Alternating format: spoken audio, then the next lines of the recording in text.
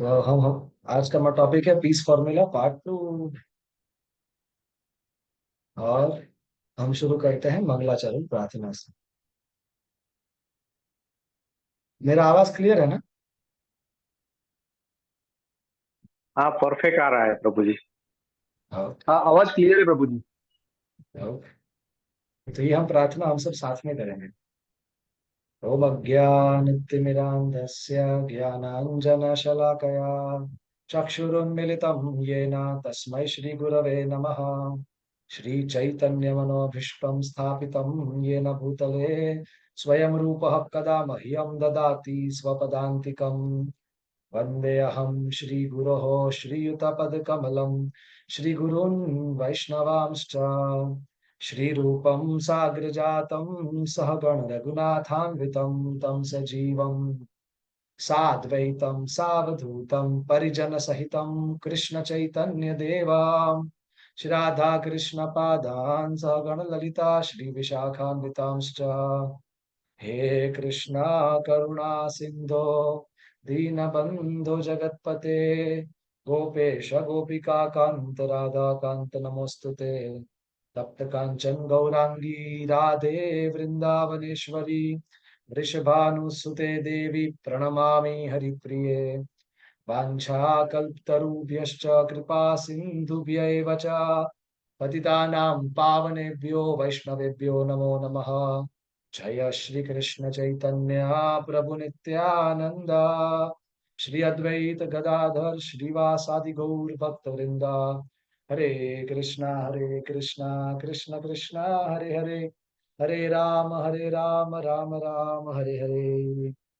नमः ओम विष्णुपादाय कृष्ण पृष्ठाय भूतले श्रीमते भक्ति वेदांत स्वामी निति नामिने। नमस्ते सारस्वती देवे गौरवाणी प्रचारिणे निर्विशेष शून्यवादी पाश्चात्य देश तारिणे। मुखं करोति वाचालं पंगुं लंघायते गिरिं यत कृपा तमहं वन्दे परमानन्दं माधवं चैतन्यमीश्वरं श्रीगुरुं दीनतारिणम्।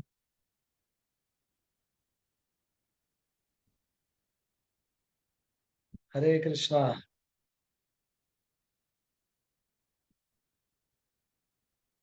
हरे कृष्णा। सो पिछली बार हमने डिस्कस किया था पीस फॉर्मूला पार्ट 1। आज piece formula part 2 and final part है। सो मैं आपको जल्दी से स्क्रीन शेयर करता हूँ, इससे आपको कुछ याद आएगा। हमने पहले के ये ये चैप्टर का नाम है पीस फॉर्मूला, जो आपके स्क्रीन पे आ रहा है। और ये इसके कंटेंट्स हैं। पिछली बार हमने 1 2 3 थीम्स पे चर्चा किया था। आज 4 से लेके 10 तक हम करेंगे। तो अगर आपको कुछ याद आ रहा है ये देख के, सबसे पहले तो हमने डिस्कस किया था कि पीस शब्द, शांति शब्द भगवत गीता में कहाँ कहाँ पे आता है। तो मुख्य उसमें हमने 2 श्लोक लिया था। पहला है भगवत गीता 5.29, जिसके अंदर बताया भगवान ने कि 3 पॉइंट फॉर्मूला, कैसे हम ये 3 चीज अगर हम ध्यान में रखते हैं तो हमारी जिंदगी में शांति आएगी। तो वो श्लोक था, योग भोक्ता हम यज्ञ तपसाम सर्वलोक महेश्वरम सुहृदम सर्वभूतानां ज्ञात्वा माम शांति मुच्च। कि जो ये समझ जाएगा कि मैं परम भोक्ता हूँ, हर यज्ञ, हर तप, हर कार्य, हर कर्म का परम भोक्ता, अल्टीमेट बेनिफिशियरी मैं हूँ। भगवान कृष्ण बता रहे हो सर्वलोक महेश्वर, परम मालिक भी मैं ही हूँ। और मैं सबका सबसे अच्छा मित्र मैं ही। तो जो ये 3 चीज समझ लेता है उसको जिंदगी में शांति शांति शांति रहती है। और भगवत गीता 2.66 में भी शांति शब्द आया था, हमने देखा था, लेकिन उसके अंदर बताया कि किसको शांति नहीं होती। कि जो अपना रिश्ता, जिसका भगवान से जुड़ा नहीं है, जिस जिसको अभी कोई भावना नहीं है भगवान के लिए, तो उसकी बुद्धि शुद्ध नहीं होगी। और उसका मन विचलित रहेगा, he or she will not have a steady mind, उनका मन स्थिर नहीं रहेगा, तो शांति कैसे मिलेगी? और शांति नहीं है तो सुख का तो प्रश्न नहीं उठता। और चैतन्य चरितामृत में भी एक अच्छा श्लोक है, भुक्ति मुक्ति सिद्धि कामी सकली या शांता, कृष्णा भक्ता निष्कामा अतएव शांता। भुक्ति मतलब ये मेरा है, मेरे को और हासिल करना है, मेरे को और भोग करना है। और मुक्ति मतलब अरे इसमें तो दुख है, छोड़ो सब, मेरे को बस मुक्ति चाहिए दुख से। और सिद्धि, मेरे को कुछ कुछ भौतिक क्षेत्र में कुछ हासिल करना है। तो जिसकी भगवान को प्राप्त करने के अलावा ये तीन प्रकार की इच्छा रहती है, कर्मी ज्ञानी योगी इसको बोलते हैं। कर्मी मतलब भुक्ति, मतलब उसको अपना कुछ हासिल करने, अपना कुछ बनाने का, अपना नाम कमाने का, इसको इसको अपनी प्रोपराइटरशिप, ओनरशिप बढ़ाने का इच्छा रहता है, वो है भुक्ति। मैं और मेरा, वो है भुक्ति। फिर मुक्ति मतलब वो ज्ञानी का प्लेटफॉर्म है कि जब वो जन्म जन्मांतर वो इस दुनिया में सुख का खोज करता रहेगा, अलग अलग चीजों, अलग अलग रिश्ते और अलग अलग परिस्थितियों में वो सुख खोजता है, लेकिन वो अंत में उसको फ्रस्ट्रेशन ही मिलता है, उसकी अपेक्षाएं कभी पूरी नहीं होती। तो वो फ्रस्ट्रेट होके बोलता है ब्रह्म सत्य जगन मिथ्या, इस दुनिया में कुछ है ही नहीं लेने का, छोड़ो। है और क्या, तो किसको मोक्ष बोलते हैं, किधर मंदिर है, ये सब झमेला है, ये सब असत्य है, असत्य। मेरे को बस मुक्ति चाहिए, भगवान में लीन हो जाना है, दूसरी बार कोई जन्म नहीं चाहिए, ये सब झमेला नहीं चाहिए। तो ये भी उसकी एक इच्छा है भगवान से स्वतंत्र। और तीसरा सिद्धि, या तो उसको आईएएस यूपीएससी क्रैक करना है, अब्रॉड जाना है, ऐसा कुछ। या और थोड़ा अगर जाए तो उसको हवा में उड़ना है, पानी में चलना है। ये सब भी सिद्धियां होती हैं, मटेरियल परफेक्शंस। सो ये है कंट्रोलरशिप की इच्छा। तो कर्मी के अंदर प्रोपराइटरशिप की इच्छा होती है, ओनरशिप की इच्छा। और दूसरा मुक्ति ज्ञानी के अंदर एंजॉयरशिप की इच्छा, बस मेरे को दुख नहीं चाहिए, खत्म खत्म करो, दुख के अलावा दुख नहीं चाहिए, वॉन्ट्स टू एंजॉय। और योगी मतलब सिद्धि उसको चाहिए to control and dominate people और सिचुएशंस। तो इसलिए भगवान बताए ये तीन चीजों से जो मुक्त होगा वो शांत होगा। कृष्ण भक्त निष्काम अतएव शांत। निराशा तो परमम दुखम आशा ही। सो ये जो तीन जो है कि मेरे को, ये सब कुछ भगवान का है, मेरे को 50-60 साल के लिए कुछ चीजें मेरी कस्टडी में, मेरे ध्यान में रखने के लिए दी गई है, तो मैं उतना उसमें आसक्त ना हो जाऊं कि मैं मेरी जिंदगी का लक्ष्य भूल जाऊं, और मैं धर्म के लिए, भगवान से मेरा खोया हुआ रिश्ता उसको फिर से स्थापित करने के लिए मैं वक्त ना दे सकूं। तो ये नहीं होना चाहिए। दूसरा एंजॉयरशिप, भगवान से स्वतंत्र है, मेरे को जिंदगी नहीं चाहिए। भगवान से स्वतंत्र सुख भी दुख है, भगवान के साथ दुख भी सुख है, ये भाव। और तीसरा, मेरे को इस वर्ल्ड में कुछ कंट्रोलरशिप नहीं चाहिए। I just want to be controlled by God, and I want to control God by my love. मेरे और भगवान के बीच में प्रेम का रिश्ता रहे, ये उसकी इच्छा रहती। तो जिसके अंदर ये तीन अशुद्धियां नहीं है, क्या, एंजॉयरशिप, कंट्रोलरशिप और प्रोपराइटरशिप, तो वो शांत है। यही यही पीस फॉर्मूला है।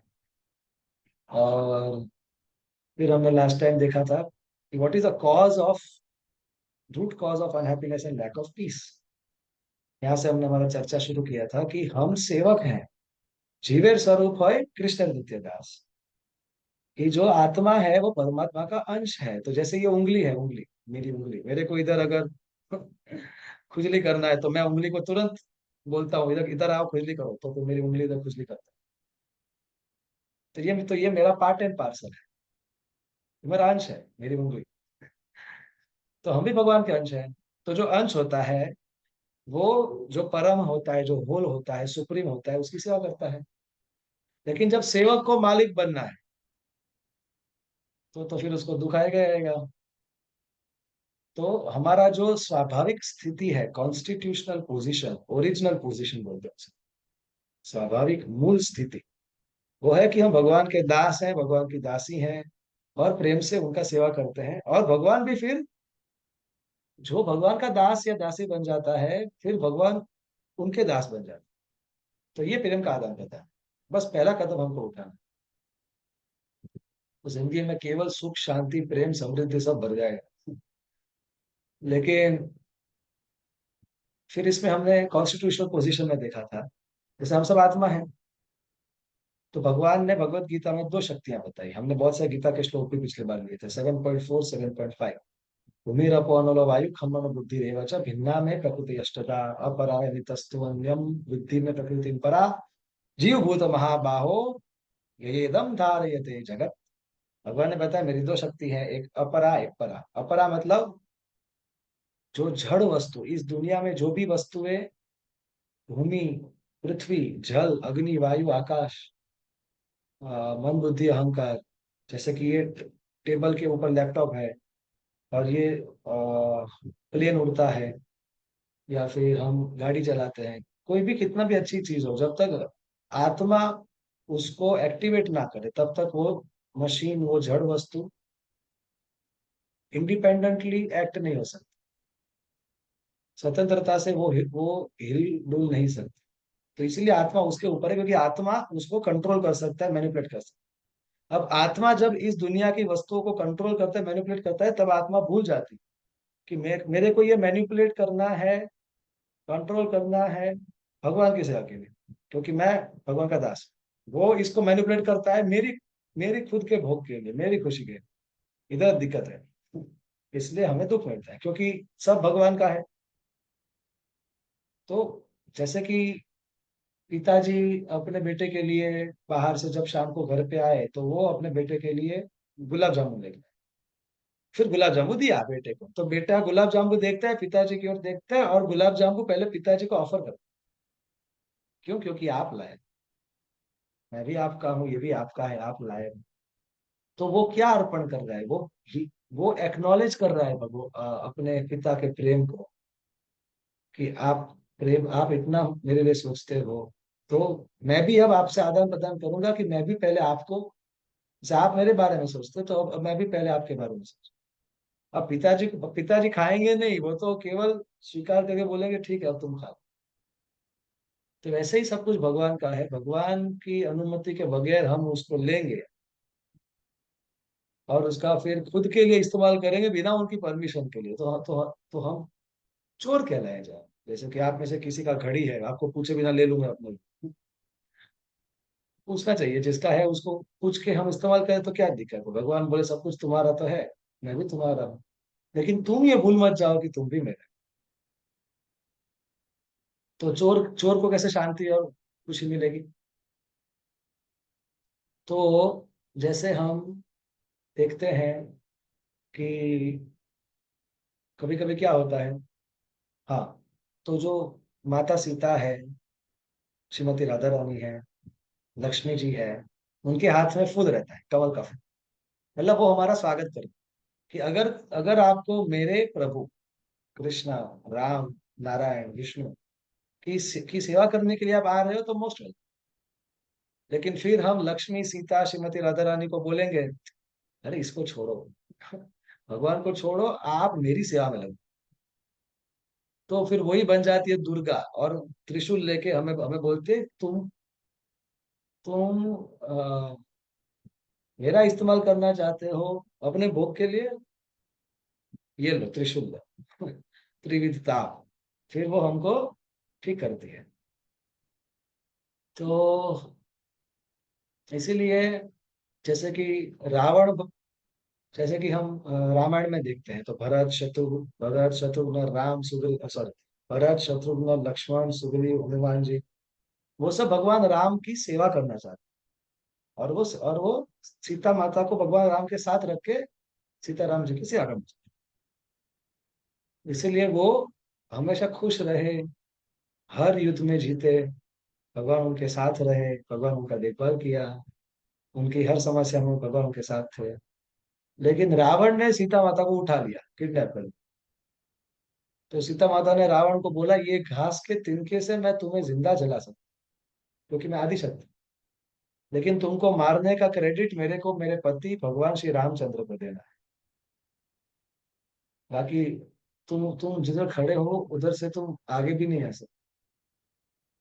और तो इसीलिए हमारा भी ऐसा होता है कि इस दुनिया की हर वस्तु, हर सामग्री, हर संपत्ति, वो श्री राधा, श्री सीता, श्री लक्ष्मी का प्रतीक है।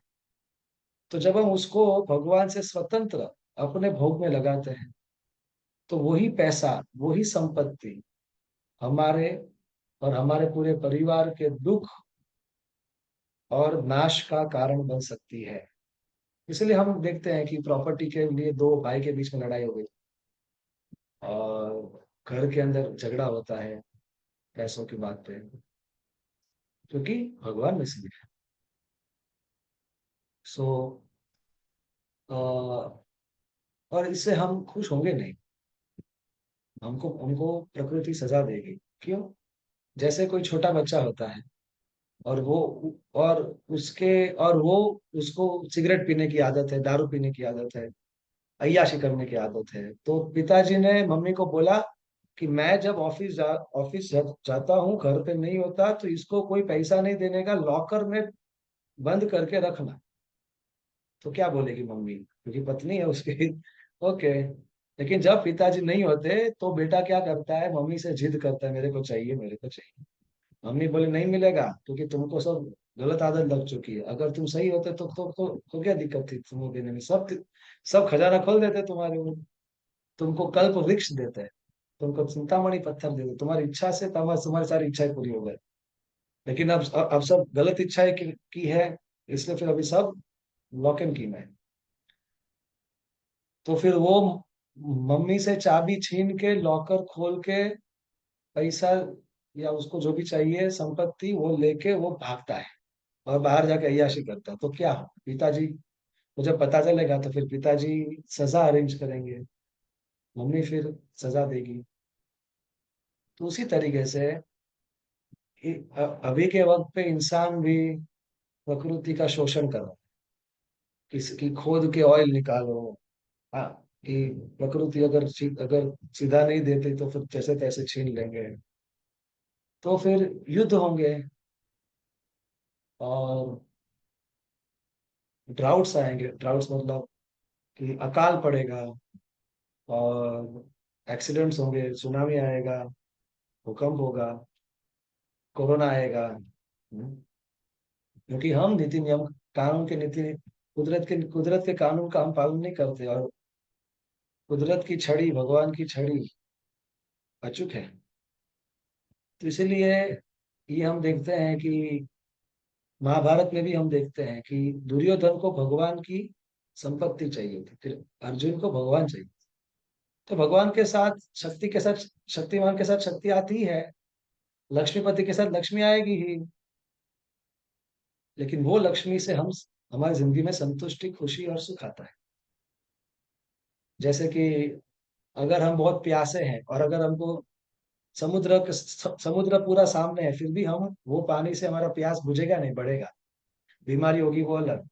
लेकिन जब सूर्य उसको सोखता है, समुद्र के पानी को, फिर जब बारिश करता है वो पानी हम पी सकते हैं। वैसे ही लक्ष्मी जब हम भगवान को अर्पण करें, तो फिर भगवान हमको बोलेंगे ओके अभी आप उसको यूज कीजिए अच्छे अच्छे कामों के लिए। फिर जब हम उसको यूज करते हैं तो वो, देन वी फ्लरिश। फिर अगर थोड़ा होगा तो भी पूरा परिवार संतुष्ट रहेगा, क्योंकि भगवान है वो। वरना बहुत कुछ होगा लेकिन भगवान नहीं होंगे, तो झगड़ा भी होगा, और लक्ष्मी आज नहीं तो कल उधर से चली जाएगी, क्योंकि लक्ष्मी केवल भगवान नारायण के चरणों में रहती। तो आप नारायण को पकड़ो, लक्ष्मी जी उधर ही होगी। तो दुर्योधन को संपत्ति चाहिए, भोग चाहिए, और अर्जुन को भगवान चाहिए। इसलिए जो भगवान की सेवा करना चाहते, जो भगवान से कंपटीशन नहीं करना चाहते, जो भगवान से स्वतंत्र नहीं होना चाहते, जो भगवान की संपत्ति को लेके भगवान को भूल के केवल अपने स्वार्थ के लिए जिंदगी नहीं जीना चाहते, वो फ्लरिश करते हैं। बाकी जो ये सेकंड डेमोनियक कैटेगरी है, आसुरी प्रवृत्ति, देव वो दुखी भी होंगे और उनका नाश भी होगा। तुम्हारे दुख का मूल कारण यह है कि हमारे अंदर क्या भाव है। ये भगवत गीता 16.13 और 14 में हमने पढ़ा था, ईश्वरो अहम, अहम भोगी, सिद्धो हम बलवान सुखी। कि आज मेरे पास इतना पैसा है, कुछ सालों में मैं और इतना पैसा कमा लूंगा, और मेरे रास्ते में जो आएगा उसको मैं उड़ा दूंगा, उसको मैं मार दूंगा, और ये सब मेरा है, और मैं इसका नियंता हूँ, मैं इसका भोग करूंगा। देखो मेरे अंदर कितना सामर्थ्य है, और देखो मैं कितना खुश हूँ, हा हा हा। ये व्यक्ति सबसे ज्यादा फ्रस्ट्रेटेड है, देखना। सो जो हम आर्टिफिशियली, अस्वाभाविक तौर पे हम मालिक, भोक्ता, नियंता बनना चाहते हैं, स्वामी बनना चाहते हैं, और हमारे हमारे हमारे हमारा दास का जो हमारा मूल पोजीशन है, स्थिति, उसको हम पालन नहीं करते, ये हमारे मूल दुख और अशांति का कारण। तो फिर प्रश्न उठता है, तो क्या, तो जहाँ पे लोग सेवक के रूप में रहते हैं, तो क्या उधर शांति है? तो और क्या ऐसी जगह है? तो हमने भगवत गीता 15.1 के श्लोक में देखा था कि भगवान क्या बताए, ऊर्ध्व मूलम अधोशाख, कि आध्यात्मिक जगत है जो हमारा वास्तविक घर है, जहाँ पे सब आत्माएं जो अपने आप को भगवान का अंश, दास, दासी मानते हैं, और भगवान की प्रेममय सेवा में लगे रहते हैं, और हमेशा भगवान और भक्त के बीच में प्रेम की स्पर्धा लगी रहती है कि कौन किसकी सेवा करेगा। तो वास्तविक सुख और शांति उधर आध्यात्मिक जगत में है। लेकिन आध्यात्मिक जगत को का जो पेड़ है, उसके किनारे पे एक नदी है, वो इच्छाओं की नदी है। इच्छाओं की नदी में वो प्रतिबिंब है, उस पेड़ का, आध्यात्मिक जगत रूपी पेड़ का प्रतिबिंब है, वो है भौतिक जगत। इसलिए यहाँ पे केवल ऐसा दिखता है कि इधर सुख है, इधर मजा मिलेगा, लेकिन मिलेगा नहीं। फिर हमने वो वाला स्टोरी देखा था, आपको याद हो तो, कि एक रानी का नेकलेस गिर गया था। याद है? ओके, स्मृति माता जी को याद है। तो ओ चिन्मय प्रभु को याद है, यस। और सुनील जी को भी याद है। सो और आप ऐसे कि भक्तों को याद होगा, लेकिन बहुत विनम्र होते, बोलते नहीं। लेकिन मैं इसलिए पूछ रहा हूँ ताकि मुझे भी पता चले आपको कितना याद है। इसलिए मैं धीरे धीरे मैं वो रिवाइज करते हुए जा रहा हूँ। कि रानी ने बोला कि मेरे को वही नेकलेस चाहिए, राजा ने घोषणा, इनाम का घोषणा कर दिया। तो व्यक्ति सवेरे से शाम वो अंदर तालाब में नीचे पड़ा है, नेकलेस उसको दिख रहा है, चाहता है लेकिन मिलता नहीं। फिर एक साधु उधर से जा रहे होते, साधु ने बोला क्या कर रहे हो? बोले उधर नेकलेस मिल नहीं रहा। तो साधु बोले नीचे नहीं, ऊपर है, ये तो उसकी छाया है। तो इस तो everything that glitters is not gold. इस दुनिया में बहुत सारी चीजें चमकती है,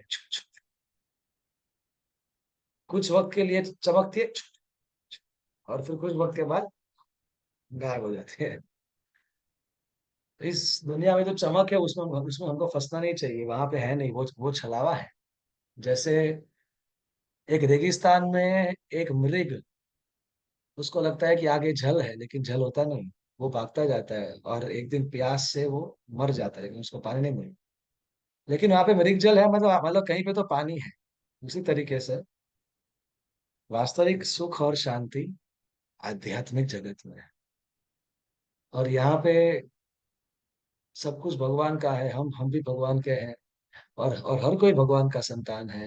हम सब हम सब एक ही भगवान के अंश हैं, और परिवार है। ये सब हम भूल चुके हैं, और मेरा और तेरा करके हम भगवान की संपत्ति को अपना बना के चोर बनेंगे, तो फिर दुखी होंगे। तो फिर प्रश्न उठेगा, तो प्रभु जी क्या, तो इस दुनिया में सुख और शांति नहीं मिलेगी? और अगर ठीक है सब कुछ भगवान का है, मान लिया, तो फिर क्या करे, सब कुछ छोड़ दे और चले जाए हिमालय में? नहीं, ऐसा नहीं करना है। फिर हमने वो स्टोरी देखी थी, भोगी, त्यागी और भक्त का, कि अगर आपको इस्कॉन गेट के बाहर एक पर्स मिले जिसके अंदर बहुत पैसा है, तो क्या करेंगे हम? ये भी आपको याद है, ये भी हमने चर्चा की। तो कोई बोलेगा, ले लो, अरे मिल गया, तो उसको चोर बोले। दूसरा आएगा कोई सज्जन थोड़ा होगा, वो चलो, अपना नहीं है किसी का होगा तो वो उठाएगा, कोई और उठाएगा, अपना अपना नहीं उठाएगा, हम हमको नहीं। तीसरा, हमारे ये फाउंडेशन कोर्स के भक्त, गीता कोर्स के भक्त जाएंगे, उस उठाएंगे, उस चोरी करने के लिए नहीं। लेकिन अंदर देखेंगे, कार्ड देखेंगे, मोबाइल नंबर देखेंगे, चिल्लाएंगे किसका है और उसको दे देंगे। हम्म, तो उसी तरीके से इस दुनिया में जो संपत्ति है वो भगवान की है, तो कुछ छोड़ने की जरूरत नहीं। केवल ये मानसिकता को छोड़ने की जरूरत है कि मैं भगवान, मेरे को भगवान बनना है, मेरे को स्वामी बनना है, और मेरे को भोग करना है, ये सब छोड़ दो। बाकी जो भी है ये हमको भगवान की सेवा में लगाना है। इसको कहते हैं युक्त वैराग्य। फिर इसमें मैंने एक और कथा बताई थी कि एक व्यक्ति को अचानक एक दिन वैराग्य आ गया, तो वो सब पैसा इकट्ठा करके चौराहे पे पहुंच के माइक सिस्टम में बोलने लगा, आज मेरे को वैराग्य आ रहा है, तो मैं अपना सब धन इधर आप सब में बांट के अब मैं वैराग्य का जीवन धारण करूंगा। तो ये भी वैराग्य सही नहीं है, क्योंकि उसको पता नहीं कि ये धन किसका है, उसका तो था ही नहीं, ये तो भगवान का है। फिर इसमें मैंने बताया था कि अगर मैं चिन्मयी प्रभु स्मृति माता जी के घर पे आके बोलूं, ये आपका जो टीवी है इसका मैं त्याग करता हूँ, तो आप बोलोगे प्रभु जी, आपका थोड़ी था, तो आप त्याग रहे हो। तो वही बात है कि अगर कोई किसी मालिक के घर पे कोई नौकर गलती से चीजों को अपना मान ले, तो फिर बुद्धि, तो फिर उसको फिर डांट पड़ेगी, मार पड़ेगी, वो जो करेगा उसके ऊपर। और फिर वो बोले ठीक है, मेरे को मार नहीं चाहिए, मैं त्याग करता हूँ। अरे तेरा थोड़ी था, त्याग कर रहा था, तेरी मानसिकता गलत है। तो तू इधर ही रहे, तुम्हारी जरूरत जितनी है उतना लो तुम, तुम्हारा जितना फिक्स सैलरी है, तुम्हारा जितना कोटा है उतना लो, बाकी समझो कि ये मालिक का है, और सब चीजों को स्वीकार करो, उसका इस्तेमाल करो, किसकी सेवा के लिए? मालिक की सेवा। इसको परफेक्ट प्रॉपर रेनंसिएशन या युक्त वैराग्य बोलते हैं। तो इस तरीके से हमको हमारे जीवन में जीना चाहिए। फिर कोई बोलेगा, फिर भी मैंने कुछ फिर भी मेरे को ये सब, मेरे को भगवान भगवान नहीं चाहिए, मैं अपने से जिंदगी जी लूंगा, क्या फर्क पड़ेगा? तो इसमें भी हमने एक वो पंचतंत्र से एक हमने कहानी चर्चा की थी कि शरीर के अलग अलग अंग एक बार बात कर रहे थे। तो आंखों ने बोला, देखो, सबसे इम्पोर्टेंट मैं हूँ, मैं खाना देखता हूँ, देखती हूँ। तो दांत बोला, अरे तुम तो देखती हो, मैं तो चबाता हूँ। तो जीभ बोली, अरे टेस्ट अच्छा नहीं होगा तो तुम दोनों क्या करोगे? तो फिर हाथ बोला, अरे लेकिन मैं अंदर अंदर सप्लाई करता हूँ, वरना आप सब क्या करोगे? तो फिर पैर ने बोला, अरे आप सब उधर के उधर रहोगे, अगर मैं उधर नहीं जाऊंगा तो सब ऐसे एकदम बहस कर रहे थे। तो फिर सबको, अरे ये पेट कुछ नहीं करता,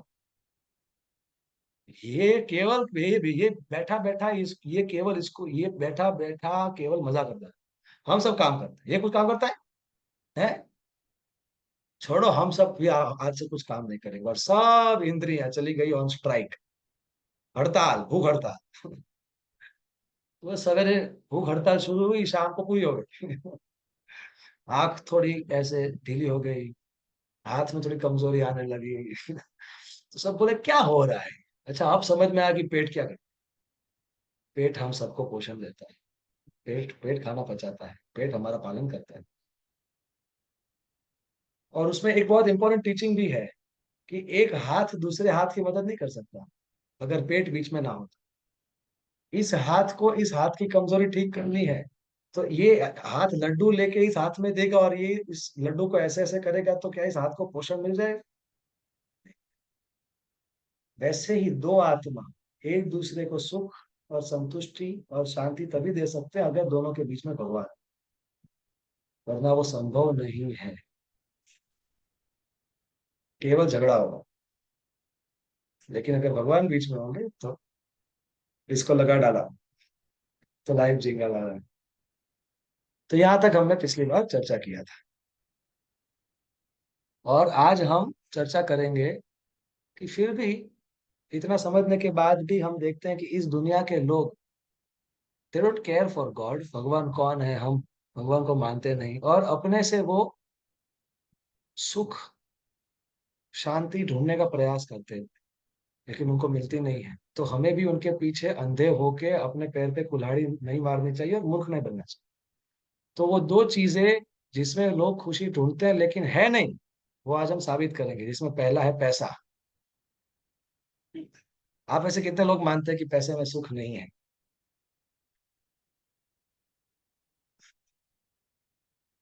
पैसा जिंदगी के लिए जरूरी है, दैट इज नेसेसरी। पैसा जरूरी है, लेकिन पैसे से सुख आएगा ऐसा नहीं है। अगर आपके पास बहुत पैसा है और आप सोफे के ऊपर बैठे हो और आपको दांत में दुखने लगा, किधर सुख है? बहुत पैसा है आपके पास और आपके घर में झगड़ा चल रहा है, किधर सुख है? पैसा बहुत है। अरे बहुत पैसा है लेकिन आपको डायबिटीज हो गया, आप खाओ मिठाई। अब सही बात है सही राजेंद्र बात। जी। हाँ जी सही बात। और भी आपको बताता हूँ कि इसमें कैसा है, ध्यान से इसको समझिएगा। भागवतम 1:2-10 लिखा हूं आपको श्लोक। उसके अंदर बताया है कि हम जिंदगी में आगे बढ़ रहे हैं, उसका लक्षण क्या है। केवल हम भाड़े के मकान से अपने मकान में चले गए तो फिर क्या हम जिंदगी में आगे बढ़ रहे हैं? या फिर बड़े बड़े स्काई स्क्रैपर बिल्डिंग बना दिए, प्लेन बना दिया, ट्रेन बना दी, मेट्रो बना दी और क्रिकेट का स्टेडियम बना दिया, तो क्या ये सभ्यता की उन्नति है? तो भागवतम बोल रहा है नहीं, क्योंकि ये सब करने का भी मूल सिद्धांत तो अच्छा खाना, अच्छा सोना, अच्छा इंद्रिय तृप्ति और कैसे सब कुछ सेफ सिक्योर अच्छा डिफेंस करे, यही है। तो ये तो पशु भी करता है, ये भी सब अगर शरीर के लिए ही होगा तो सभ्यता उधर ही है। बस केवल मनुष्य एक एक पॉलिश्ड पशु बन गया है, दैट्स इट। तो भागवतम क्या बताता है, देखिए। कामस्य नेन्द्रिय प्रीतिर्लाभो जीवेत यावता जीवस्य तत्व जिज्ञासा नार्थो यश्चेह कर्मभिः। कामस्य नेन्द्रिय प्रीति, जैसा हमने चर्चा किया कि देखो हमारी भी कुछ कामनाएं हैं, शरीर की, मन की, तो सब कुछ थोड़ी जीरो कर सकते हैं। तो थोड़ी कामनाओं की पूर्ति भी होनी चाहिए, भागवत हम बोले होनी चाहिए। तो उसके लिए पैसा भी कमाओ, कोई दिक्कत नहीं। लेकिन उतना पैसा कमाने की दौड़ में मत लग जाओ कि लाभो जीवे तयावता जीवस्य तत्व जिज्ञासा, कि जो जीवन का जो लक्ष्य है तत्व जिज्ञासा, कि आखिर मैं कौन हूँ, आत्मा आत्मा मृत्यु के बाद कहाँ जाती है, सब दुखों का निवारण क्या है, क्या सत्य है क्या असत्य है, किससे डरना चाहिए, कौन सी चीजों से नहीं डरना चाहिए, क्या करना चाहिए क्या नहीं करना चाहिए, क्या धर्म है क्या अधर्म है, क्या मेरे हित में है क्या मेरे नुकसान में है। ये सवाल पूछने के लिए जिसके पास वक्त ना रहे, जिसके पास मेंटल स्पेस ना रहे, तो लाभो जीवित यावता, ठीक है। सिंपल लिविंग, हाई थिंकिंग, सादा जीवन, उच्च विचार। हम्म? शरीर और आत्मा को एक रखने के लिए, परिवार को साथ में रखने के लिए, अच्छे से जिंदगी जीने के लिए पैसा कमाना चाहिए, लेकिन नार्थ हो यष्ट है कर्म भी। बाकी जिंदगी और जिंदगी के कार्यों का आत्मा के कल्याण के अलावा और कोई उद्देश्य नहीं होना चाहिए। तो हम जिंदगी में आगे बढ़ रहे हैं कि नहीं, इसका टेस्ट क्या है कि हमारी चेतना, हमारी समझ कितनी उन्नत हुई है। कितनी उसका ग्रोथ हुआ है, हमारी समझ अर्थात तो ब्रह्म जिज्ञासा। तो हम केवल कितना बैंक बैलेंस है उससे थोड़ी होता है। जैसे कि कोई कोई कंपनी ने कोई गाड़ी दिया, तो गाड़ी गाड़ी मिलने का उद्देश्य गाड़ी चलाना नहीं है। चलाओ गाड़ी को, धो, फिर चलाओ, कहीं पे भी घुमाओ।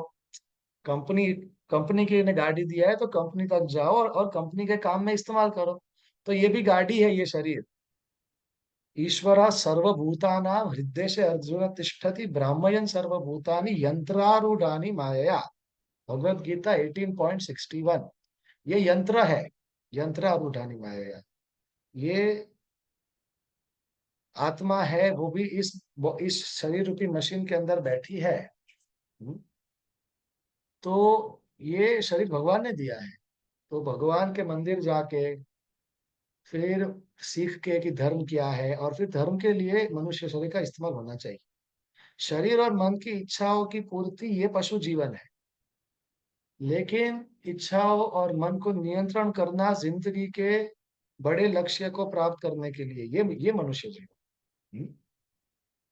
और इसीलिए केवल पैसा कमाना ठीक है, जिंदगी की जरूरत है, लेकिन उसमें फिर ये सब लोगों की तरह पागल नहीं हो जाना चाहिए, क्योंकि जब पैसा नहीं होगा तो उसके लिए मुंह में से लाड़ पड़ती रहेगी, और उसके लिए तड़पेंगे, पूरा पूरा दिन रात वही दिमाग में चलेगा।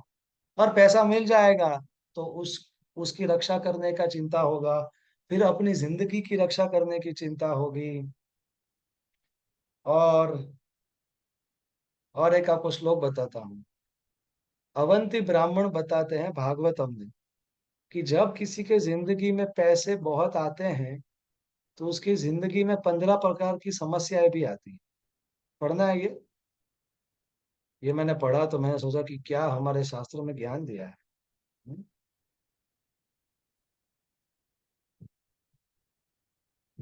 देखो, श्लोक नंबर नोट कर लीजिए, 11, 23, 18 और 19। जिंदगी में जब पैसा आए तो ये 15 समस्या पैसों के साथ आती है।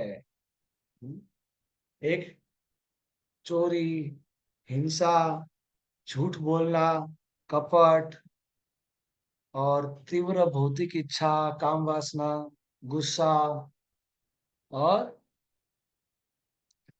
कंफ्यूजन, घमंड, झगड़े, दुश्मनावट, भगवान और धर्म से श्रद्धा कम हो जाना, ईर्ष्या, पुरुष और स्त्री से ज्यादा आसक्ति से जो प्रॉब्लम्स होते हैं वो जिंदगी में बढ़ जाते हैं, और जुआ और नशा,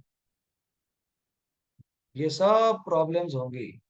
इन सब प्रॉब्लम से क्या होता है कि जो जिंदगी का जो वास्तविक मकसद है वो व्यक्ति उससे चूक जाता है। और वैसे शास्त्र ये भी बताता है कि जरूरत से ज्यादा अगर हमारे पास पैसा आ भी गया तो क्या होगा।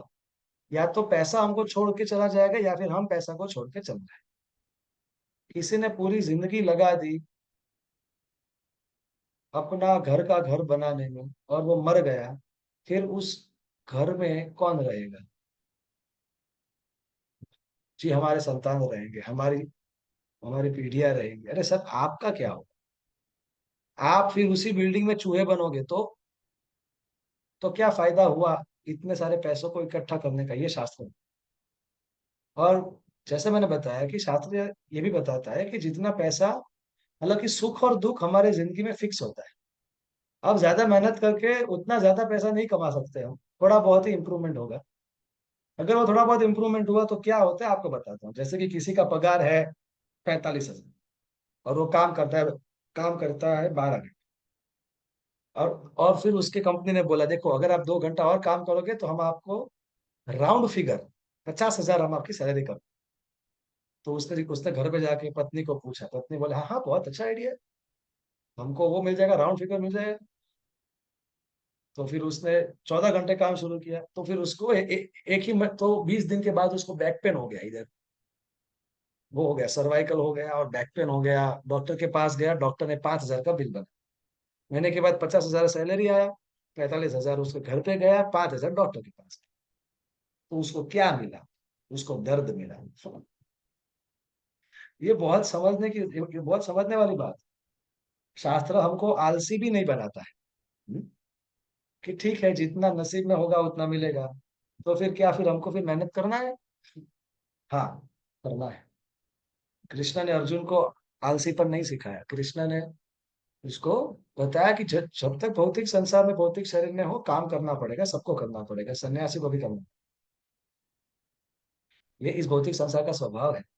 तो जैसे कोई पेड़ में कोई पक्षी थोड़ा उड़ के दूसरे पेड़ तक पहुंचेगा, पहुंचेगी वो चिड़िया, तो उसको कुछ खुद के लिए खाना मिल जाएगा और अपने परिवार के लिए कुछ लेके अपने घोंसले में फिर से चली जाएगी।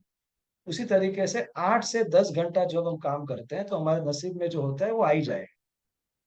अब उससे ज्यादा काम करने गए तो या तो डॉक्टर लेके जाएगा पैसा, या तो फिर वकील लेके जाएगा, या तो फिर चोर लेके जाएगा, या तो गिर जाएगा पैसा, या तो फिर बेटा कहीं पे पैसा उड़ा देगा जुए में। तो वो दुख देके और परिवार में झगड़ा करवा के जाएगा पैसा। क्योंकि वो हमारे सुख के नसीब में वो उतना पैसा लिखा नहीं है जो हमारे पास है, तो फिर उसको जाना है, या उसको छोड़ के फिर हम चले जाएंगे। इसलिए ठीक है, पैसा कमाते हैं, सादा जीवन उच्च विचार रखते हैं, बाकी फोकस रखते हैं गुरु और कृष्ण की आज्ञाओं के ऊपर और अपने जिंदगी को सार्थक करना है। इसमें सुख और शांति है। और दूसरा, लोग क्या, किधर भगवान को, हाँ, तो इसीलिए हमारे जिंदगी में पैसा का स्थान कैसा है। शास्त्र बताता है कि जैसे सॉल्ट होता है, नमक, ऐसा होता है। अगर खाने में जरूरत से ज्यादा नमक हो गया तो खाना अच्छा लगेगा, और अगर जितना जरूरत है उसे कम नमक होगा तो फीका लगेगा। वैसे ही एकदम अप्रोप्रिएट जितना हमको चाहिए, लाभो जीवित या होता, ठीक है। थोड़ा भगवान की सेवा के लिए, धाम यात्रा के लिए थोड़ा हमारे पास लक्ष्मी हो, और थोड़ा घर का खर्चा निकालने के लिए, बेटे बेटी को पढ़ाने के लिए, उनका शादी करवाने के लिए थोड़ा हमको लोग सेविंग हो, थोड़ा मेडिकल इमरजेंसी के लिए फंड हो, बस और क्या चाहिए। नहीं, मेरे को 50 रूम का मेरे को बंगलो बनाना है और हम 2 लोग हैं, महीने में हर अलग अलग रूम में सोएंगे हम। अरे क्या जरूरत है इसकी। नहीं, मेरे पास स्विफ्ट गाड़ी है, लेकिन मेरे को मर्सिडीज बेंज चाहिए। जाओगे तो उधर ही ना।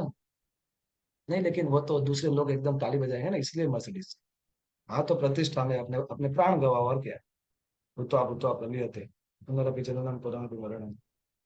ठीक है, स्विफ्ट मत लो, होंडा सिटी ले लो। सिंपल है, हाई थिंकिंग रखो भाई।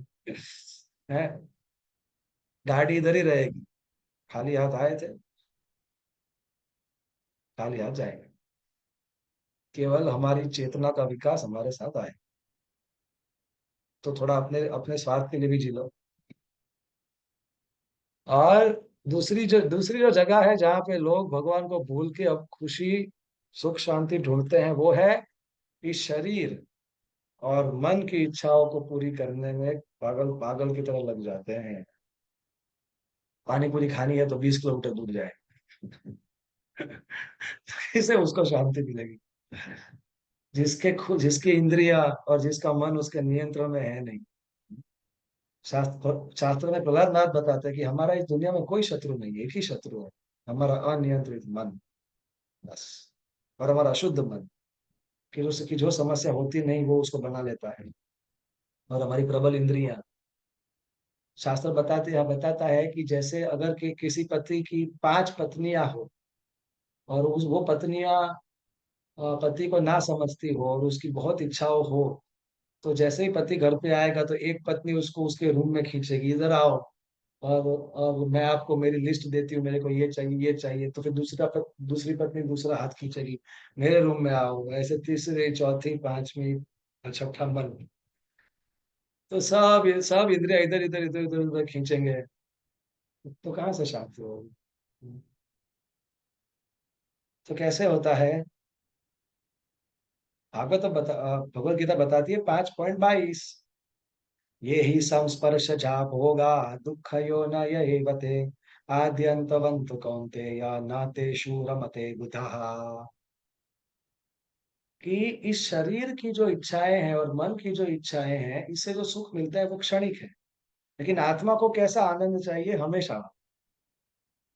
तो जिस सुख का शुरुआत है उसका अंत भी होगा, और जब अंत होगा तो हमारी जो अपेक्षा थी आनंद की और सुख की, वो पूरी होगी नहीं, तो दुख होगा।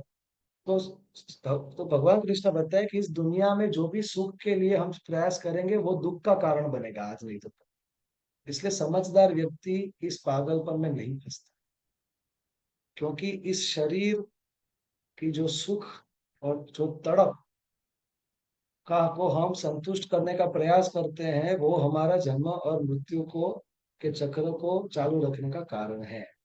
ये समझदार लोग समझते हैं, ऐसा भगवान बताते हैं गीता में। इसलिए ठीक है, कुछ इच्छाएं हैं शरीर की तो ठीक है, बेसिक इच्छाएं पूरी करते हैं, लेकिन वो धर्म के मर्यादा के अंदर रह के करते हैं। तो इसीलिए माया क्या करती है, जैसे कि कोई चूहे को पकड़ने के लिए वो, हम भी वो पिंजरा रखते हैं, पिंजरा, उसके अंदर एक वो चपाती रखते हैं, चपाती का एक छोटा वो रखते हैं, या कुछ भी रखते हैं, माता जी को पता होगा। टॉम एंड जेरी में दिखाते थे कि चीज रखते हैं। तो, तो इसमें क्या होता है, इस दुनिया में भी जो माया हमको जो सुख और भोग दिखाती है, वैसा ही छलावा है। शुरुआत में थोड़ा हमको मजा देगी, फिर वो हमारे बार बार जन्म लेने का और मरने का कारण बनेगा। इसलिए शरीर को चलाने के लिए और शरीर के पोषण के लिए हम चीजें स्वीकार करते हैं, लेकिन लालच से नहीं करते। और फिर वरना हम जितना भौतिक सुख के पीछे दौड़ेंगे, उतना ही हम भौतिक दुखों में लिपटते जाएंगे। जैसे कि खाना है, 10 गुलाब जामुन खा लिया, 100 पानी पूरी खा ली, तो फिर आगे के 3 दिन उपवास करना पड़ेगा, क्योंकि फिर पेट खराब हो जाएगा। हम्म। अगर किसी का काम वासना कंट्रोल में है नहीं, और कोई कोई लड़का लड़की के पीछे आ, उसको उसके पीछे पीछे जाता है, तो फिर लड़की चप्पल उठा के मारेगी उसको। तो और फिर वो सबके सामने फिर वो बदनाम हो जाएगा। तो इच्छाएं कंट्रोल में नहीं है, तो ये मन और इंद्रियां उसका जीवन नरक बना देगी, और वो उसको पागल बना देगी, और उसके लिए बहुत ही शर्मजनक परिस्थितियां खड़ी कर देगी। कोई बोलेगा नहीं नहीं, फिर भी मेरे को तो मजा आता है। अरे एक बात समझो कि ये जो इंद्रिया है, इसका एंजॉयमेंट देने का कैपेसिटी भी लिमिटेड है। कितना करोगे और कब तक करोगे, बहुत लिमिटेशन है इसमें। तो ये वही है कि रेगिस्तान में प्यासे को एक बूंद पानी पिलाओ, क्या होगा? तड़प बढ़ेगी। हम्म। तो इसीलिए, जैसे कि इस दुनिया में भी हम देखते हैं, भौतिक जीवन में भी, कि जो सिंगर होते हैं वो ठंडा ठंडा आइसक्रीम नहीं खाते, पता है आपको? ताकि गला अच्छा रहे, ताकि मधुर मधुर गा सके। जो पायलट होते हैं, कि जो प्लेन चलाते हैं, वो पायलट के फ्लाइट से पहले दारू नहीं पी सकते हैं, तो वो कंट्रोल करते हैं ना। जैसे कि पतंग है, पतंग, आप में से किसको पतंग उड़ाना आता है? मैंने पहले मैं बहुत उड़ाया, बहुत बहुत, वो पतंग का जमाना था। आजकल तो लोग मोबाइल में पतंग उड़ाते हैं, बोलो क्या उसका क्या होगा? वो उड़ जाएगा। तो आ, क्या मैं क्या बता रहा था, हाँ, पतंग। तो पतंग को भी अगर ऊंचाई पे लेके जाना है, तो उसको कंट्रोल करना पड़ता है। उसको अगर छोड़ देंगे ढीला, तो वो नीचे जाएगा। तो थोड़ा थोड़ा, कभी ढीला छोड़ो, कभी उसको पकड़ो, ढीला छोड़ो, खींचो उसको। और वैसे ही पानी होता है, पानी अगर छोड़ देंगे ना डैम में से, तो वो तबाही मचा देगा। लेकिन डैम उसको हम कंट्रोल करेंगे, तो कितने सारे लोगों को, लाखों लोगों का वो पोषण कर सकता है। उसी तरीके से रेगुलेशन और कंट्रोल, हम अगर हमारी मन और इंद्रियां नियंत्रित है, तो हम जिंदगी में कुछ प्रोडक्टिव कर सकते हैं, कुछ बड़ा कर सकते हैं। जिधर फोकस करेंगे उधर हमको कुछ बड़ा सक्सेस मिलेगा। तो जो गो मतलब इंद्रियां, स्वामी मतलब जो इंद्रियों के कंट्रोल में, इंद्रिया जिसके कंट्रोल में, वो उसको गोस्वामी बोलते हैं। इसलिए हम सबको गोस्वामी बनना चाहिए, तो वही हमारी जिंदगी में सुख और शांति रहेगी। वो दास नहीं बनना चाहिए। और मेरा एक प्रश्न है, जो ऐसा मानते कि नहीं, इस इंद्रिया का भोग करना है, इस इंद्रिया को मैं भोगूंगा, I will enjoy my senses.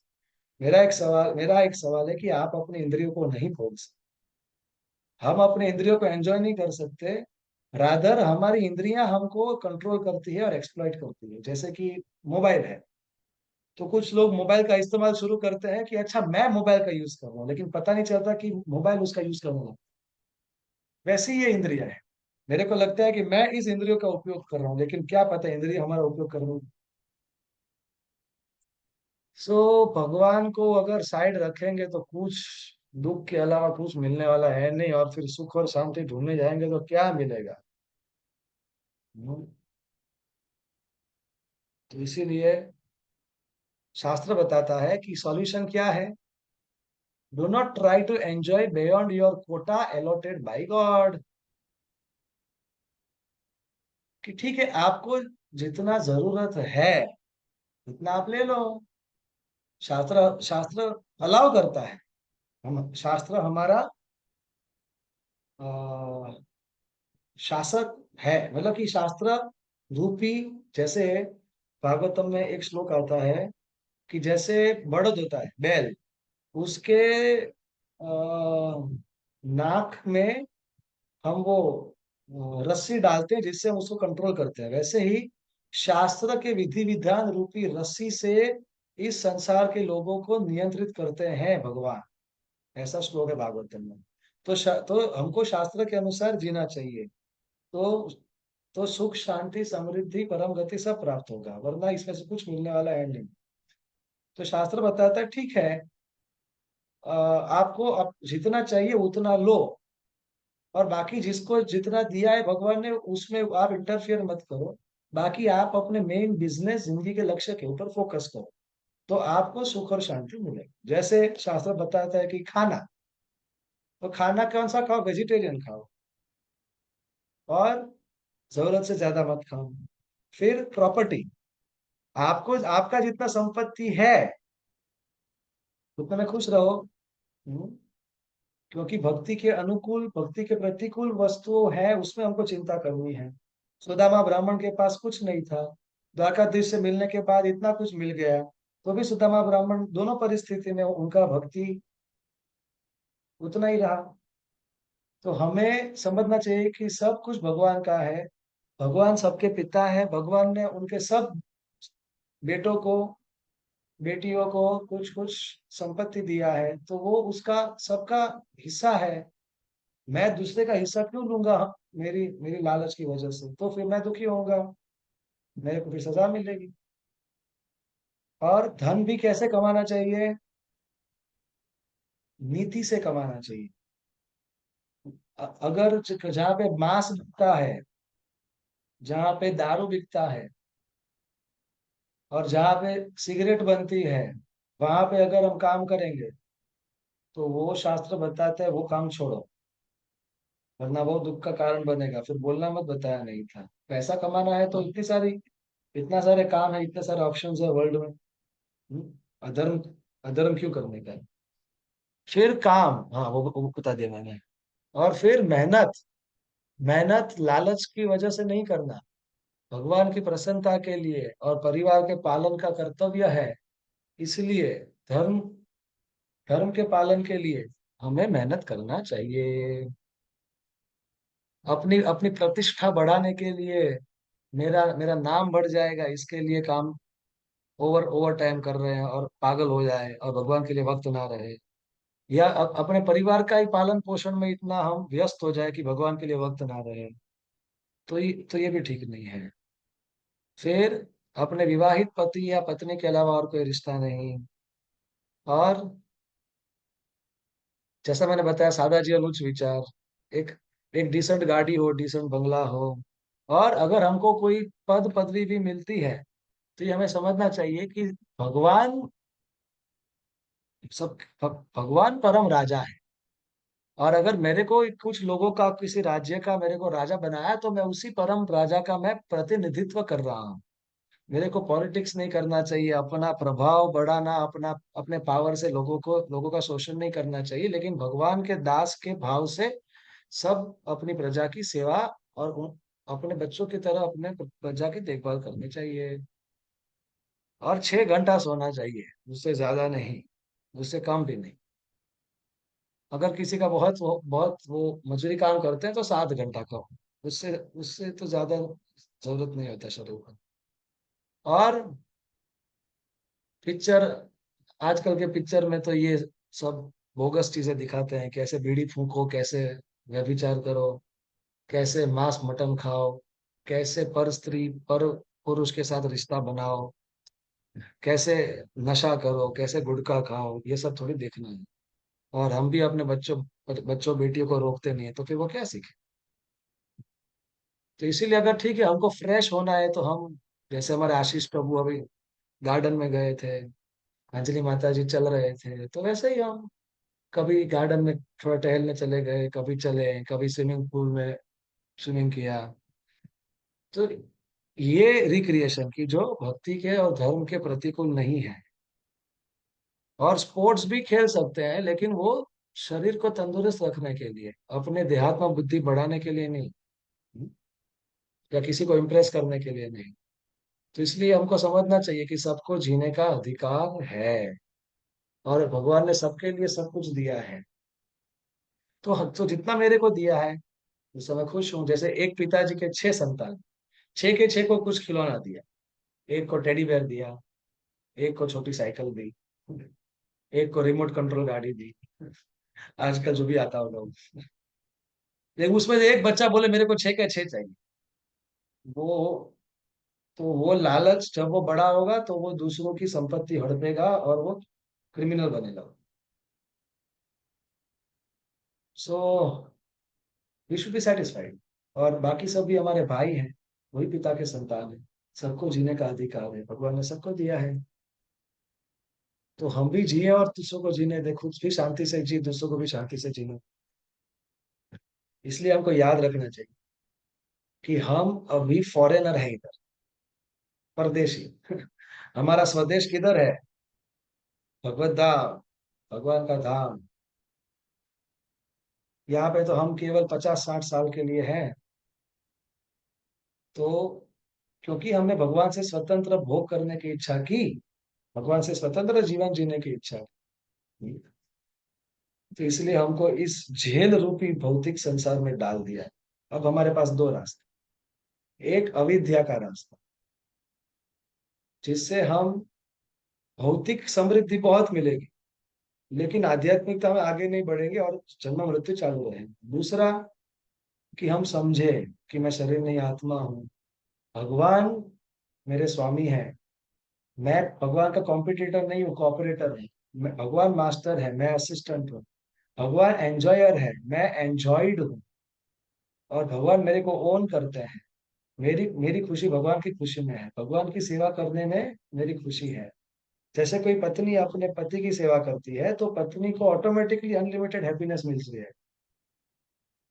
तो उसी तरीके से अगर हम भी अगर भगवान की सेवा करेंगे तो हमें भी अनलिमिटेड हैप्पीनेस मिलेगी। तो इसीलिए कुछ लोग, इसलिए अब मैं आपको एक प्रश्न पूछता हूँ कि अगर किसी की आंख में कैटेरेक्ट हो, मोती हो, तो एक पिताजी का जो पुत्र है उसके आंख में मोतिया हुआ, तो एक अंकल आए और बोले अरे क्या हुआ इसको? अरे तो पिताजी बोले देखो ना, मेरा बेटा बहुत दुखी है, क्या करूं? तो ये पहले अंकल बोले अरे इसका दुख दूर करना है, सिंपल, इसको जान से मार दो, ना वो रहेगा ना उसका दुख रहेगा। फिर दूसरा अंकल आया, दूसरा अंकल ने बोला क्या हुआ बेटा? पिताजी बोले देखो बहुत दुखी है आंख। अच्छा आंख में प्रॉब्लम है, निकाल लो आंख को। तो और क्या, सिंपल सिंपल सॉल्यूशन, जो कारण है उसको उड़ाओ। और तीसरे डॉक्टर आए, डॉक्टर बोले देखो कोई दिक्कत नहीं, थोड़ा बस थोड़ा एक हल्का सा हम ऑपरेट करेंगे और आंख भी सही हो जाएगी और उसको कोई दुख भी नहीं रहेगा। तो पहला अच्छा है, दूसरा अच्छा है, या फिर तीसरा अच्छा? तीसरा। तो जो बुद्धिस्ट लोग हैं, बुद्धिस्ट, बुद्ध भगवान के फॉलोअर्स, उनका निर्वाण फिलोसॉफी है, मतलब सब सब कुछ शून्य कर दो। देखो, ये इंद्रिया हमारे दुख का कारण है ना, उड़ाओ। हमको अस्तित्व ही नहीं चाहिए, भौतिक अस्तित्व आत्मा के दुख का कारण है, समझ गए। अब मृत्यु के बाद सब कुछ खत्म हो जाएगा, सब कुछ शून्य कर दो। ये तो कोई सॉल्यूशन है? फिर दूसरे हैं निराकारवादी, मायावादी। वो क्या बोलते हैं, देखो, हमारा एक अस्तित्व है, आइडेंटिटी है, इंद्रियां है, फॉर्म है, इसलिए दिक्कत है ना। ठीक है, शून्य नहीं, लेकिन ऊपर ब्रह्म है, शक्ति है, उसमें शरीर को त्यागने के बाद उसमें हमको लीन हो जाना है। ना रहेगा बांस, ना बजेगी बांसुरी। इंद्रिय होंगे नहीं तो फिर दुख होगा नहीं। ना रहेगा शरीर, ना रहेगा ये संसार, ना रहेगा झमेला, और हम ब्रह्म में लीन हो जाए। अब तीसरा वैष्णव आता है। वैष्णव क्या बोलता है, देखो, कोई दिक्कत नहीं है, केवल एक रोग है आत्मा को, वो है भोग वृत्ति। जैसे हमारी ये भौतिक इंद्रिया है, इसके अंदर आत्मा है, आत्मा की आध्यात्मिक इंद्रिया है, सतेंद्रिया। ये असत इंद्रिया है, वो सत इंद्रिया, आध्यात्मिक इंद्रिया है। तो जब आध्यात्मिक इंद्रियां जब भगवान की सेवा में लगती है तो असीम आनंद की प्राप्ति होती है। वो आनंद आत्मा को चाहिए, जो मिल जाएगा। तो अभी क्या करना है, कुछ मारना नहीं, तोड़ना नहीं है, कुछ शून्य नहीं करना, कहीं पे घुसना, मर्ज नहीं होना, लीन नहीं होना है, केवल भोग वृत्ति हटानी है। मैं सब ले लूं और केवल मैं अपने भोगूं, और जैसे मेरे को कुछ मिलेगा उसका मैं शोषण करने लगूं, भगवान को उड़ा दूं, भगवान को भूल जाऊं, ये सब नहीं।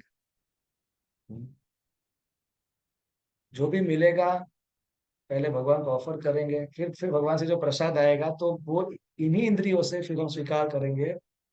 तो मतलब हमारी भोग वृत्ति चली गई, तो ये हमारी इंद्रिया शुद्ध हो गई, और आध्यात्मिक इंद्रिया से भगवान के साथ हम असीम आनंद का अनुभव कर सकते हैं।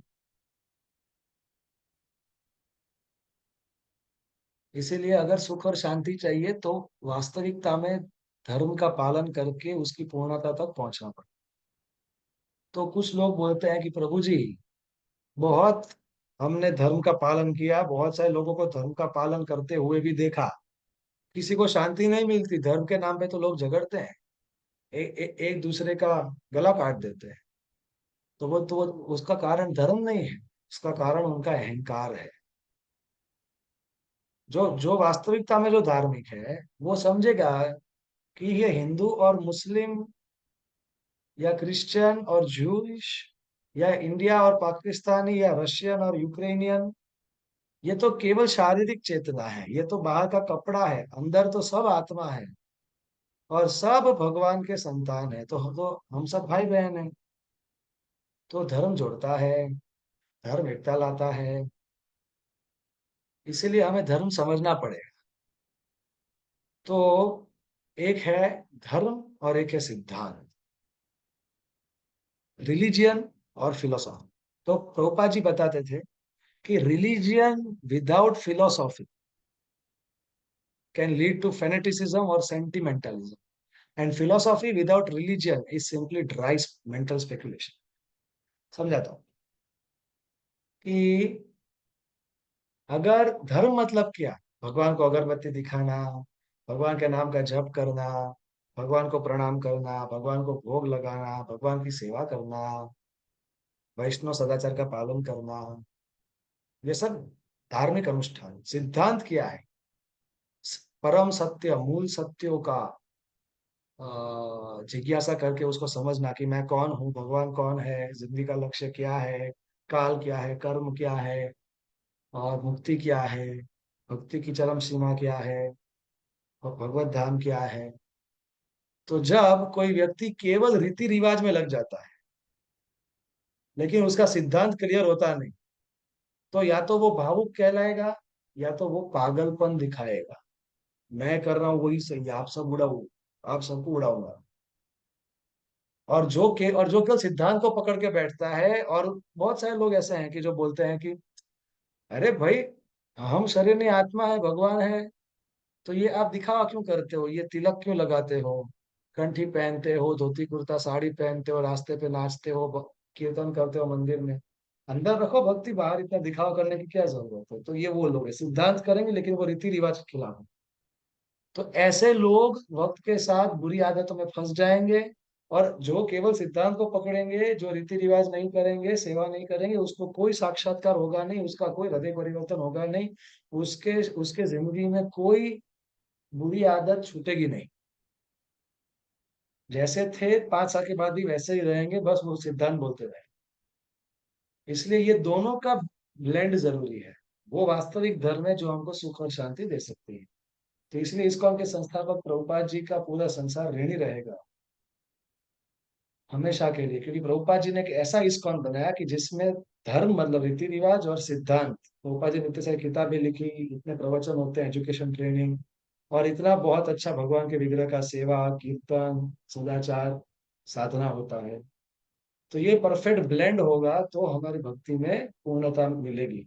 तो केवल सिद्धांत नहीं, सिद्धांत जानने के बाद साधना, सदाचार और सेवा, ये चारों साथ में करें। क्या बोला? सिद्धांत जब जानेंगे शिक्षा के माध्यम से, स्वाध्याय के माध्यम से, श्रवण के माध्यम से, तब साधना क्या करना है, भगवान के नाम का जप, भगवान को भोग लगाना है, मंदिर में आके सेवा करना है, भगवान की आरती का दर्शन करना है, कीर्तन करना है, इत्यादि। तो साधना करेंगे और भक्तों की सेवा करेंगे, भगवान की सेवा करेंगे, और उससे हमारा आचरण भी सुधरना चाहिए। ऐसा नहीं पूरी बहुत भक्ति है बस मेरा स्वभाव खराब, उसके अंदर भक्ति है तो उसका स्वभाव अच्छा ही होगा। तो इसीलिए साधना सेवा की परीक्षा क्या है कि हमारा आचरण में भी शुद्धता आती है, हमारा स्वभाव पहले से बेहतर बनता है, खूबसूरत बनता है, मृदु बनता है, कोमल बनता है, क्योंकि हमारे अंदर भगवान की अनुभूति बढ़ती है, तो भगवान का प्रेम भी हमारे माध्यम से दूसरों तक पहुंचेगा। तो इसीलिए, लेकिन कुछ लोग क्या है कि दूसरे लोगों को दिखाने के लिए कि हम भी धार्मिक हैं, या कुछ लोग भगवान को इतना नहीं मानते, ऐसा भी नहीं, लेकिन भगवान को साइंटिफिक समझते हैं। तो वो लोग ऐसा सोचते हैं कि अरे अगर हम भगवान को भजेंगे नहीं तो हम तो हमारे साथ कुछ बुरा हो जाएगा, या फिर समाज क्या बोलेगा, या फिर उनको ये अच्छा लगता है कि लोग मेरे को धार्मिक बोले, मेरे को पुण्यवान बोले, या फिर बचपन से उनको घर से कुछ सिखाया जाता है। लेकिन ऐसे धर्म से कुछ खास, कुछ ऐसा अनुभूति नहीं होगा सुख और शांति का। हम्म? तो इसीलिए हम आते हैं अगेन टू द सॉल्यूशन, जहां से हमने शुरू किया था। 3 point formula. God is the supreme controller, God is the supreme proprietor, and God is the supreme enjoy. ये 3 चीज हमको समझना है बस, फिर शांति बाहर ढूंढने जाना नहीं पड़ेगा, आनंद बाहर ढूंढने जाना नहीं पड़ेगा, अंदर से ही आएगा। तो कोई कुछ लोग पूछते हैं प्रभु जी लेकिन भगवान है, लेकिन सब कुछ चीज भगवान ने बनाया, तो भगवान को किसने बनाया? अरे भाई, जैसे ट्रेन होती है, ट्रेन, तो आप पीछे से ट्रेन का डब्बा देखते हो, उसके आगे एक डब्बा दे, उसके आगे इंजन है, इंजन के आगे कुछ होता नहीं, क्योंकि इंजन खींच रहा है ट्रेन को। फिर आप पूछोगे नहीं इंजन के आगे क्या है, इसलिए तो वो इंजन है, वरना तो वो डब्बा होता। तो उसी तरीके से भगवान का डेफिनेशन है जन्माद् यस्य यतः, भागवतम का पहला श्लोक। जन्माद् यस्य यतः मतलब कि जो सब वस्तु और सब व्यक्तियों का स्रोत है। फिर ब्रह्मा जी ब्रह्म संहिता में बोले, ईश्वर परम कृष्ण सच्चिदानंद विग्रह, अनादिरादिर गोविंद सर्व कारण कारणम। अनादि, आदि मतलब आदि मतलब वो सब अस्तित्व के मूल है वो, लेकिन अनादि, लेकिन उनका कोई मूल नहीं है। जैसे हमारे पिताजी, उनके पिताजी, ऐसे जो जाएंगे तो सब अस्तित्व के मूल जो है, उनके उनके ऊपर और कोई नहीं है, वो भगवान। That is the definition of God. और भगवान गीता में बताते हैं सर्व योनिषु कौन्तेय अहम बीज प्रदः पिता, कि जितनी भी योनियां हैं, केवल मनुष्य योनि नहीं, पशु पक्षी, और पेड़ पौधे, देवी देवता, सब सबका, सब बीज का, सब योनियों का पिता मैं हूँ। और भगवान सबसे पुराने हैं। तो उसका मतलब ये नहीं कि फिर भगवान को दाढ़ी मूंछ होगा और भगवान बूढ़े हो जाएंगे या फिर भगवान को एक लाठी चाहिए। इसलिए ब्रह्मा जी बोले आद्यम पुराण पुरुषम नव यौवनम च, कि पुराण पुरुषम आद्यम मतलब सबसे आदि है, वो सबसे पुराने हैं, लेकिन नव यौवनम, लेकिन वो कभी वो 16 उम्र का के नौजवान जैसे ही लगते हैं। नव युवक वो उससे कभी आगे बढ़ते ही नहीं।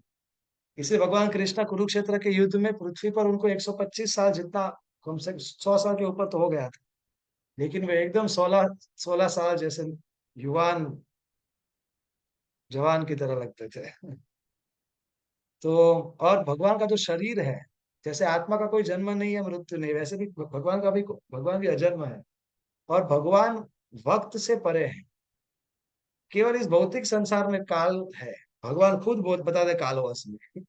भगवान खुद काल है, उनके ऊपर काल का प्रभाव नहीं है, इसलिए उनका जैसा शरीर है वैसा ही रहता है। क्योंकि हम शरीर बदलते हैं इसलिए हमारी याददाश्त चली जाती है, लेकिन भगवान का शरीर वही जो रहता है हमेशा के लिए। इसलिए उनको भूत वर्तमान भविष्य तीनों सबका पता है। ऐसे भगवान को हमें समझना चाहिए कि भगवान इज सुप्रीम कंट्रोलर।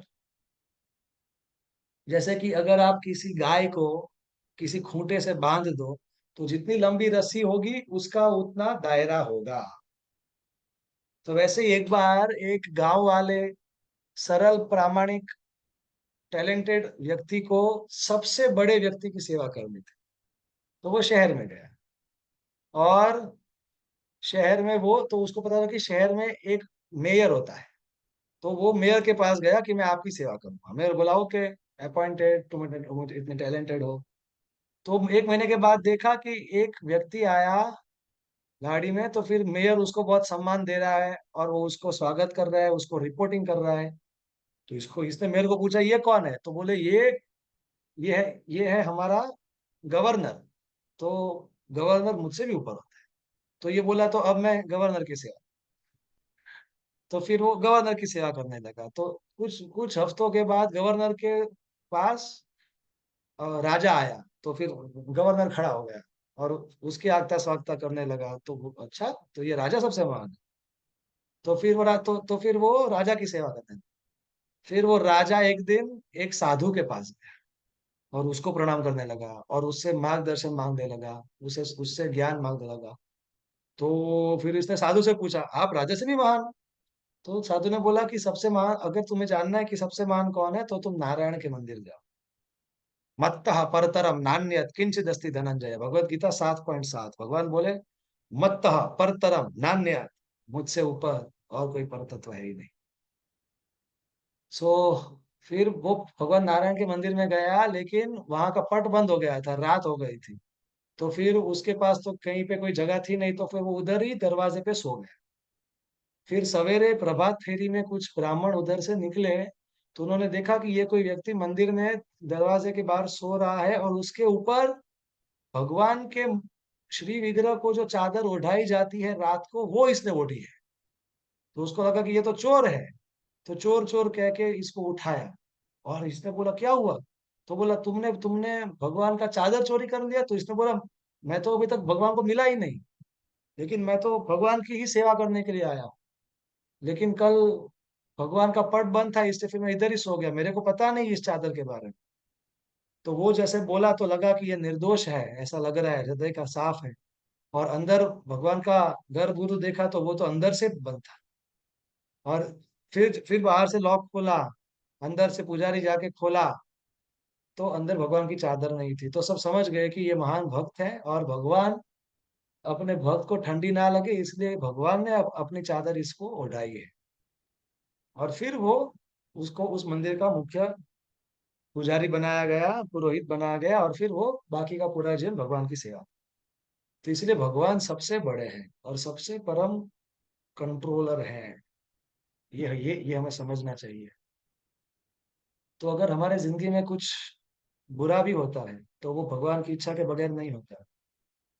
तो भगवान सबसे दयालु है, भगवान प्रेम के समुद्र है, भगवान की अनुमति के बगैर एक घास का तिनका भी नहीं हिलता, और भगवान किसी को सुख और दुख किसी को नहीं देंगे अगर वो उसके लायक नहीं होगा।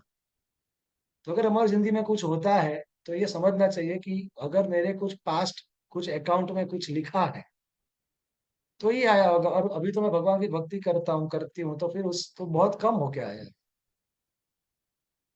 तो ये भक्त का भाव होता है। और क्योंकि भगवान सबसे परम नियंता है, सबसे ऊपर है, इसलिए वो परम मालिक भी है, सुप्रीम प्रोपराइटर। एक बार क्या हुआ कि ट्रेन आई, बहुत भीड़ थी, तो किसी ने खिड़की में से ही अपना हाथ रुमाल अंदर डाल दिया, फिर अंदर गया तो एक दूसरा व्यक्ति उधर बैठ गया, तो ये उसके साथ बहस करने लगा, तो वो भी खड़ा हो गया। 45 मिनट तक बहस चला, उधर कोई बैठा नहीं, और दोनों का स्टेशन है और वो उतर गया। अरे वो सीट किसकी है? उन दोनों की थोड़ी है। वैसे ही हम इस जिंदगी रूपी ट्रेन में चलते हैं, चढ़ते हैं 50-60 साल के लिए, जब हमारा स्टेशन आएगा हम भी उतर जाएंगे। तो हमको लगता है कि ये मेरा मकान है, ये मेरे नाम पे है। जी, ये पहले किसी और के नाम पे था, और एक दिन आएगा कि फिर आप आपको इसको छोड़ के जाना पड़ेगा। तो बाद में आखिर में ये किसका हुआ, किसका रहा? जिसका था। तो कोई बोलेगा नहीं, गवर्नमेंट का होगा। नहीं, लेकिन गवर्नमेंट भी तो बदलती रहती, आज ये गवर्नमेंट कल वो गवर्नमेंट, अल्टीमेटली वो भगवान की सत्ता है। तो हमें फायदा क्या होगा ये समझने से कि सब कुछ भगवान का है, कि हम जब समझेंगे कि ट्रेन की यात्रा की तरह ये जिंदगी की यात्रा भी क्षणिक है, और सब कुछ इधर का इधर रहने वाला है, तो हम पागल नहीं हो जाएंगे आसक्ति के पीछे, और चीजों को और पैसों को इकट्ठा करने के पीछे अपनी शक्ति और समय बर्बाद नहीं करेंगे। और हम समझेंगे कि अच्छा, मैं आध्यात्मिक जगत का हूं। तो इधर इस दुनिया में से वैराग्य आएगा, जिम्मेदारी निभाएंगे लेकिन वैराग्य के साथ, और भगवान के धाम जाने के प्रति हमारी आसक्ति बढ़ेगी, और हम भक्ति के लिए वक्त और मन के अंदर जगह बना पाएंगे। और और भगवान सुप्रीम एंजॉयर भी है। भगवान बताते हैं कि जैसे कि कोई होटल होती है, तो होटल में एक मालिक होता है, और वहां पे जो लोग काम करते हैं, वो मालिक परम भोक्ता है। मालिक घूमता रहेगा, आएगा नहीं, वो कोई काम करने के लिए बंधा हुआ है नहीं, और जो भी प्रॉफिट आएगा सब सब उसका आएगा, और जो लोग उधर काम कर रहे हैं उसको उनका थोड़ा थोड़ा तनख्वाह मिलेगा। तो फिर वो काम करेंगे सेवक की तरह, तो उनको भी अपना कोटा मिलेगा, और फिर वो भी एंजॉय करेंगे मालिक के साथ। लेकिन अगर कोई मालिक से विद्रोह कर दे तो फिर उसको कंपनी छोड़ के जाना पड़ेगा, फिर उसको कुछ नहीं मिलेगा, केवल दुख मिलेगा, और वो तड़पेगा। तो वैसे ही भगवान इंडिपेंडेंट एंजॉयर है, और हम सब डिपेंडेंट एंजॉयर। अरे बोल, पानी पीयूष कर, सॉरी, बोलते बोलते गला सूख गया। सो भगवान इंडिपेंडेंट एंजॉयर है और हम डिपेंडेंट एंजॉयर। तो हम जब भगवान के प्लान में कॉपरेट करेंगे, असिस्ट करेंगे, और हम भगवान को आनंद देंगे, भगवान से स्वतंत्र होके विद्रोह नहीं करेंगे, तो हमको भी अपना कोटा मिलेगा। लेकिन भगवान परम भोक्ता है, और परम भोक्ता वो है जिसको कुछ काम करने का है नहीं, और हमको तो काम करना ही पड़ेगा। तो इसीलिए भगवान गीता में भी बताए 3.22 में, न मे पार्थस्ति कर्तव्यम त्रिषु लोकेषु किंचन, कि हे पार्थ, इस त्रिभुवन में मेरे काम करने के लिए कोई कर्तव्य, कोई कार्य है ही नहीं, फिर भी मैं करता हूँ बस लोगों को अपने आचरण से शिक्षा देने के लिए। इसलिए भगवान परम भोक्ता है, और भगवान भगवान भी खुद आनंद लेते हैं, अपने भक्तों को आनंद देते हैं। तो और भगवान हमारे सबसे बेस्ट फ्रेंड है। तो हम सबको किसी को प्रेम करना है। और थोड़ा ठंडू ओके। तो हम सबको किसी ना किसी को प्रेम करना है। और हम चाहते हैं कि हमें भी कोई प्रेम करे। लेकिन भगवान के अलावा हम कहीं पे भी अगर हमारा प्रेम फोकस करेंगे तो हमको संतुष्टि नहीं मिलेगी। हमारी अपेक्षाएं कहीं ना कहीं पे झूठी साबित हो जाएगी और हमको बहुत दुख होगा। इसलिए भगवान बताए कि आप मेरे को प्रेम करो। तो भगवान अच्युत है। भगवान कभी भी हमको लेट डाउन नहीं करेंगे। और अगर हम भगवान जैसे हम पेड़ के मूल में पानी डालते हैं तो सब जगह पे पानी पहुंच जाता है। पेट में खाना डालते हैं तो पूरे शरीर में शक्ति पहुंच जाती है। उसी तरीके से जब हम भगवान को संतुष्ट करते हैं, ये यस्मिन तुष्टे जगत तुष्टम, तो पूरा संसार में सुख और शांति फैल जाए। और इसका उदाहरण महाभारत में आता है कि दुर्योधन एंड कंपनी के षड्यंत्र से दुर्वासा मुनि और एंड कंपनी, उनके 10,000 शिष्य, जब द्रौपदी माता ने खाना खा लिया अक्षय पात्र में से, तब गए और बोले हम स्नान करके आते हैं, हमको खाना खिलाओ। और तब युधिष्ठिर महाराज ने द्रौपदी को बोला क्या करें, आप कुछ कीजिए। तब द्रौपदी ने बहुत ही प्रेम पूर्वक प्रार्थना पूर्ण भाव से भगवान कृष्ण को पुकारा, दैन्यता के साथ। भगवान कुछ ही क्षणों में द्वारका में रुक्मिणी जी के महल से सीधा द्रौपदी माता जी के सामने आके खड़े हो गए। मैं बोला अरे मैं हूं ना, क्या टेंशन है बोला। तो द्रौपदी और माता युधिष्ठिर और बोला ये सब हो रहा है। अरे द्रौपदी को बोला सबसे पहले तो मेरे को भूख लगा है, पहले पहले मेरी भूख संतुष्ट करो फिर सब काम करूंगा। तो द्रौपदी थोड़ा ज्यादा शर्मा गई कि प्रभु नहीं है इसलिए तो बोला। अरे अंदर होगा कुछ अक्षय पात्र में, आपने कहा कुछ कुछ। तो गए तो एक छोटा सा चावल का दाना और सब्जी का दाना था। तो कृष्ण बोले ओहो होला होला होला। कृष्ण ने खाया और कृष्ण उसे संतुष्ट हो गए। और उधर दुर्वासा मुनि एंड कंपनी 10,000 शिष्य, उनको उनको ऐसा लगा कि जस्ट जस्ट अभी हमने बहुत फुल मील प्रसाद अभी हमने लिया है। और फिर दुर्वासा मुनि सोचे कि अरे अभी तो इतने महान वैष्णव हैं युधिष्ठिर महाराज, अभी वो 10,000 लोगों का खाना तैयार रखे होंगे।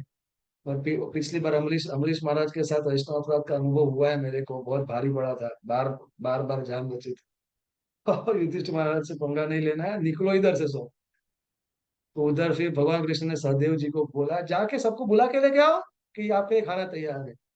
तो सहदेव जी भगवान की ओर देखे, युधिष्ठिर महाराज की ओर देखे, द्रौपदी माता की ओर देखे कि भगवान कुछ खाना है नहीं, बुलाने को बोल रहे हैं। लेकिन उन सबको बहुत श्रद्धा थी भगवान की, विश्वास था। तो भगवान बोले इससे ही करना, उसी में हमारा परमार्थ है, कोई डाउट।